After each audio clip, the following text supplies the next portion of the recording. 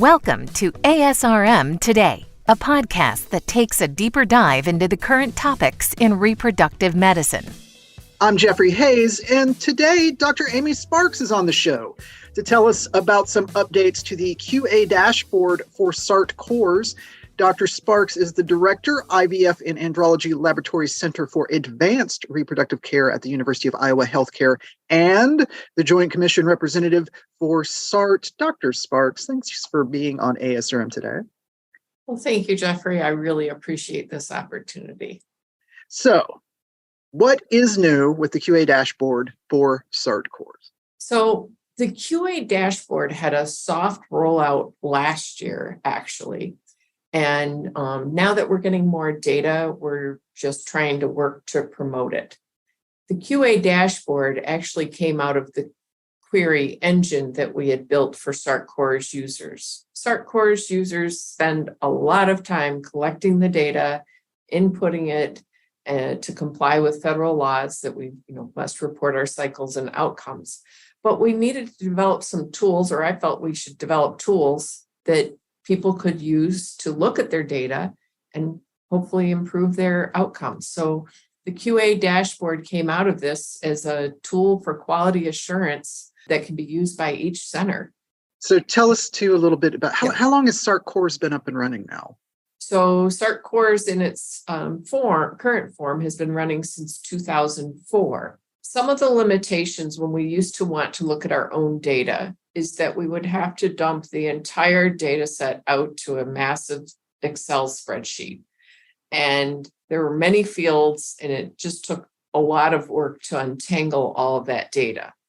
The query engine, which was originally built for the research application in SART, is now available to everyone, so they can build their own queries, filter for selected fields of interest, and then pull specific data out that they want to investigate. The QA dashboard takes us a step further by adding a couple of fields, so we can now calculate fertilization rate, blastocyst conversion rate, and if programs wish to, monitor performance of physicians and embryologists in their laboratory, in their programs.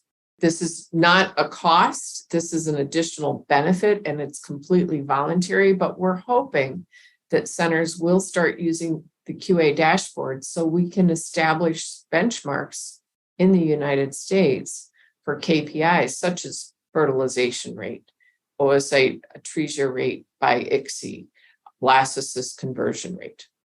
So it sounds like, again, the ultimate importance then of this update is that, as new areas of data are discovered, we just want to continue to broaden the types of data that are brought in that ultimately helps, or? Well, we really want to enable centers to have an equal playing field in the sense that they all can develop quality management programs based on this data. What happens is I'll go into centers and see people painstakingly re-entering quite a bit of this information into their own spreadsheets. And so having all of this double entry.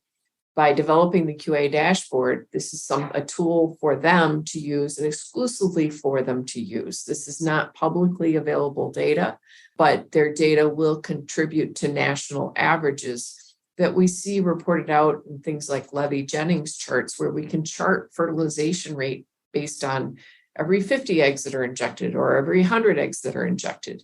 And like I said, you can also look at things such as fertilization rates, outcomes by transfers of by physician or by embryologist.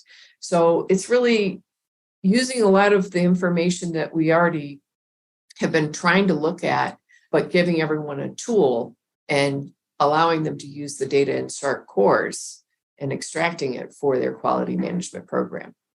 Now, I know that work has begun on an upcoming webinar that will be a deeper dive into this area and this topic. And I know right now we're projecting it in early 2023. Is there anything you can tell the audience about that upcoming webinar? Yeah, so it's really going to give everybody a tour of how to start participating and using the QA dashboard, also showing them some of the features of the query engine. I think a lot of people just aren't aware of all these tools that have been built for them. And like I said, this is free for SART members to use. There's no additional sign up. You do have to trigger a few things in your clinic profile to say, yes, I wish to use the QA dashboard, and it will enable you to start collecting those few additional fields for things like fertilization rate and blastocyst conversion rate. I think one of the other important comments is that the evolution of the QA dashboard has allowed us to start making some soft finalization or bookmarking cycles. And we can now say, okay, I've collected all the data up through the retrieval. Mark that for retrieval, transfer, or we've determined there's a clinical intrauterine pregnancy. We know the outcome of this cycle at this point, not the live birth, but at least an interim outcome. And so you can look at the data in real time. That's really important. In the past, you had to wait for the cycles to be finalized, meaning you had to wait for the live birth or to know that it did not result in a live birth. And that was really too much of a delay for what we need when we're doing active quality monitoring. Well, we will make sure to post any information or updated information we have on that webinar in our show notes for listeners so they can click on the link, maybe even register for it. Let's hope. I'll keep my fingers crossed that it's ready to go by then. My guest today has been Dr. Amy Sparks. We have been discussing updates to the QA dashboard for SART CORS. Dr. Sparks, thank you so much for taking time out to be on the show. Thank you, Jeffrey. You can subscribe and rate the show on Apple, Google, Stitcher, or wherever you get your podcasting needs done. If you have questions for us, as always, asrm@asrm.org. And until next time, I'm Dr. Jeffrey Hayes, and this is ASRM Today.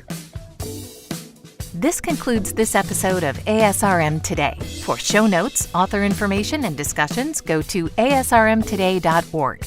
This material is copyrighted by the American Society for Reproductive Medicine and may not be reproduced or used without express consent from ASRM. ASRM Today series podcasts are supported in part by the ASRM Corporate Member Council. The information and opinions expressed in this podcast do not necessarily reflect those of ASRM and its affiliates. These are provided as a source of general information and are not a substitute for consultation with a physician.